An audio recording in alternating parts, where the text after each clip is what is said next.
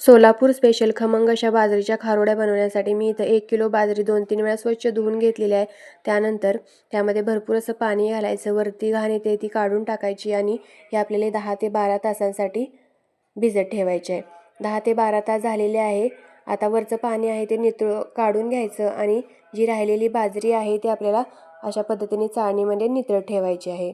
त्यामधील पाणी पूर्ण निथळलं पाहिजे।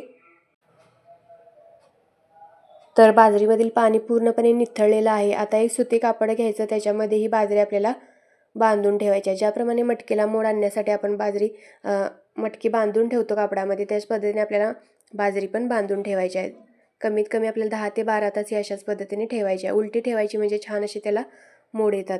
तर हे बघा 10 ते 12 तासानंतर आपल्या बाजरीला छान असे मोड आलेले आहेत।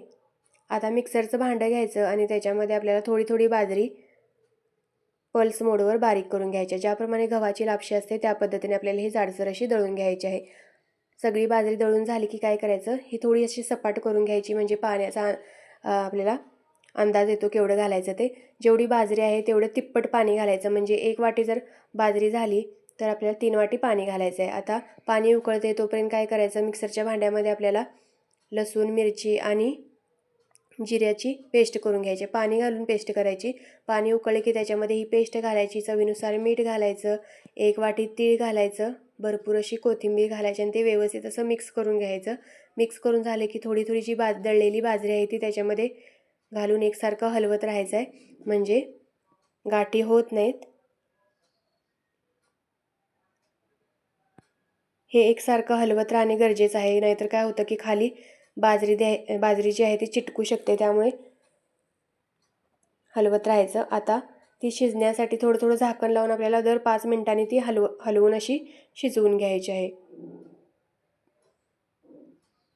तर हे बघा अशा पद्धतीने आपल्याला ती शिजवून घ्यायची आहे। तर अजून ती पातळ आहे, आणखी थोडीशी घट्ट येईपर्यंत आपल्याला ती शिजवून घ्यायची आहे। तर हे बघा त्याला घट्टसरपणा आलेला आहे। तर अशा पद्धतीने शिजून झाली की बाजरी गॅस बंद करायचा आणि हे थंड होण्यासाठी फॅनखाली ठेवून द्यायचं। फॅनखाली जेव्हा ती गार होण्यासाठी आपण ठेवतो त्यावेळी थोडं थोडं ते हलवायचं।